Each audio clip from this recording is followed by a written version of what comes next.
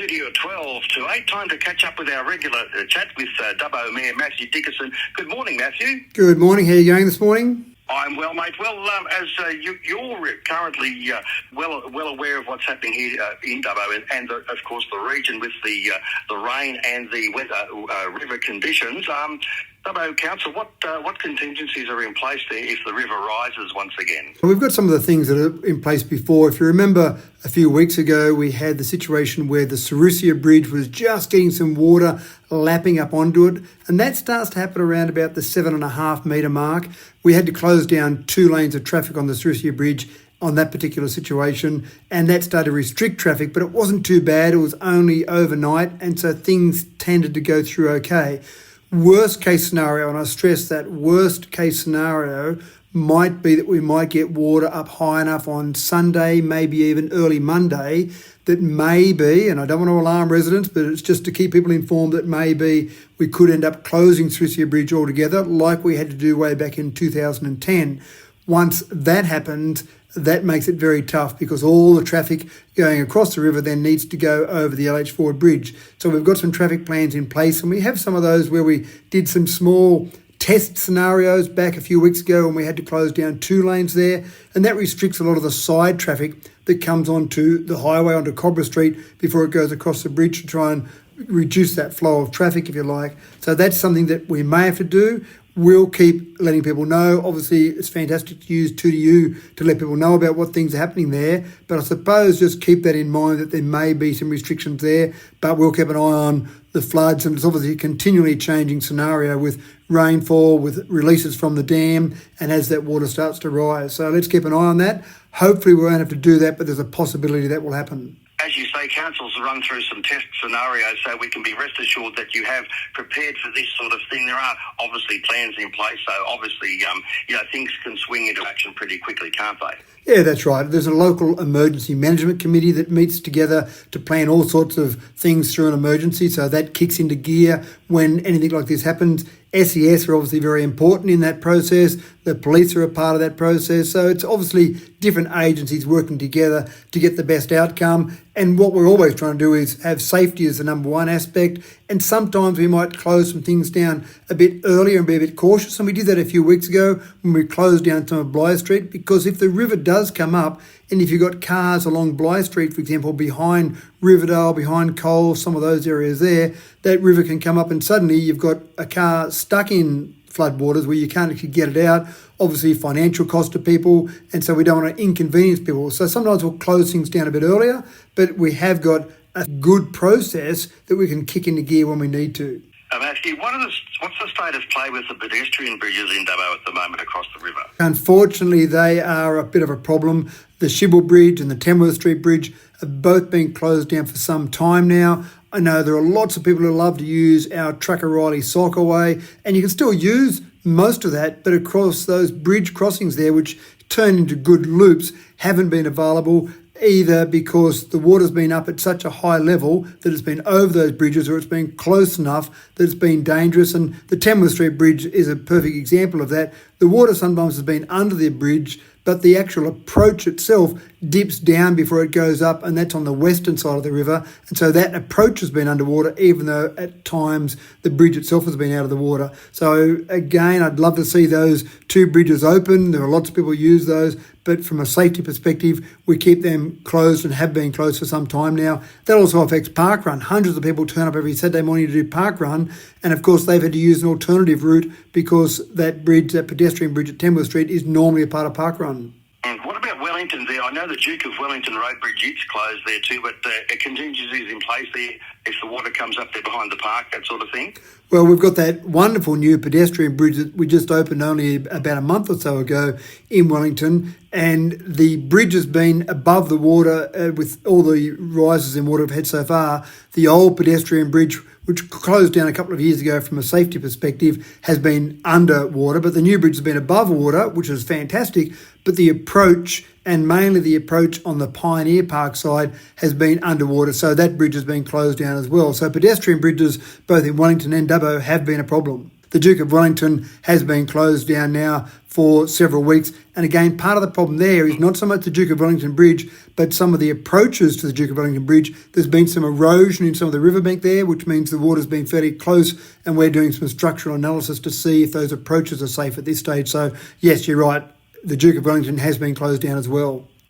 Very good that there's so much planning going behind this sort of thing. Of course, we are here if you need us to convey some information across.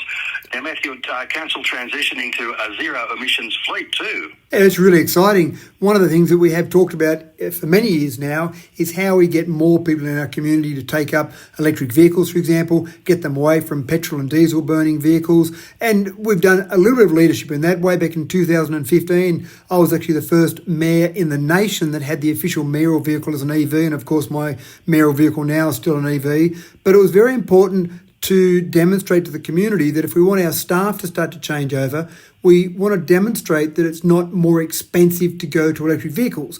And of course, the first thing that people say is they've seen ticket prices for electric vehicles and they're $10,000, $15,000, maybe $20,000 dearer than the equivalent vehicle in a petrol vehicle. We've had our fleet manager, Steve Colliver, do some work around that, talk to some external organisations, some fleet specialists, for example, to really find out what the true cost of ownership of an electric vehicle is as it compared to an internal combustion engine vehicle. And even though the ticket price is higher, when you look at the petrol prices as they are now, incredibly expensive petrol seems to be at the moment, when you look at maintenance costs and when you look at the resale value, it's at the point now that you could pay more for an electric vehicle, but the total cost of ownership is actually less than the equivalent petrol vehicle. So there's a report that we put through council, which is now on public exhibition to get feedback from the public. Hopefully that goes through to the next stage. And once that happens, the light vehicle fleet we've got, which is about 68 vehicles in that fleet, there'll be options available there for staff to then choose electric vehicles over an equivalent petrol vehicle, even though the price might look dearer, as long as it can be demonstrated clearly that the total cost of ownership will be cheaper. So it's a double win for the community, I think. First of all, it'll save money. Overall, over a 4-year time frame, it'll save money despite that dearer ticket price. And secondly, obviously good for the environment. And I think we've all got to take those small individual steps to contribute to a large change we need for our environment. Good news there. We'll keep an eye out there for that public exhibition of the strategy there. Just quickly, Matthew, a couple of things. Kazakh Estate, some exciting news there with the auctions. Yeah, this is the first time we've ever done this on a large scale. We've done some individual auctions previously, but this is an auction of 52 blocks of land up at Kazakh Estate. We're doing them over 3 different auctions. We think that if we try to do all 52 in one auction, that'd wear people out and get to the stage where we may not get true value for those blocks of land. The first auction is going to be on the 14th of October at 10:30am, and we're doing a combined in-person and online auction, so people can sit wherever they might be in front of a computer. They could be in Sydney, they could be in Timbuktu, they could be overseas and be bidding on those blocks of land, or they could be physically sitting in the Western Plains Cultural Centre bidding on those blocks of land as well. So in that first auction, we've got 17 lots that are normal residential lots, and that includes 4 dual service, or often people call them dual occupancy lots. So there'll be 17 lots go in the first auction, as I said, 10:30am on the 14th of October. And then over the next 2 weeks after that, 21st of October and 28th of October, we'll do 17 and then 18 blocks of land. So 52 blocks of land altogether. I'm hopeful that this will give some good results for council in terms of some financial benefits, but also good for the community to have more blocks of land, because lots of people want to move to our wonderful city, but they're finding a bit of trouble in finding somewhere to actually live. So this will at least give 52 more blocks of land for people to live on. Fantastic news there. Of course, people can go to the Kazakh Estate website there to view the parcels of land and also register for bid and get some more information. Matthew, just over a minute to go here with time. The building opportunities there, council has identified an opportunity to increase revenue at the Pedestrian Airstrip. There are some organisations that want to use some places like the Pedestrian Airstrip, which is down in Wellington, to do some testing, for example. They might have some new aircraft, there might be some new innovative ideas they might want to bring to market, but they need to do some testing on that. You can't do that sort of testing at an airport like Dubbo Airport, for example, where you've got so much commercial traffic that it would be, well, you just simply can't do it. You can't do that sort of testing there. So they need some sort of airstrip that's used less often, and they can do some testing. But they do need somewhere to store aircraft, to store their facilities there. So council has actually gone ahead and started construction of a hangar down there that will be owned by council, but will be able to be leased out to various people short term. Of course, if someone wants to build their own hangar at Barangaroo Airstrip, they can do that, and they can lease the actual land that that particular hangar is on for 5 years plus a 5-year option. So it's open to individuals as well. But in this scenario, it's being built, if you like, or constructed, the whole process by council, and then we'll lease it out on a short-term process. So hopefully there'll be some really innovative ideas that will come out of that, generate a few dollars for council, but I'm keen to see what will actually come out of it in terms of different things in the market. Sounds like some good news there. Matthew Dickerson, Mayor of Dubbo Regional Council.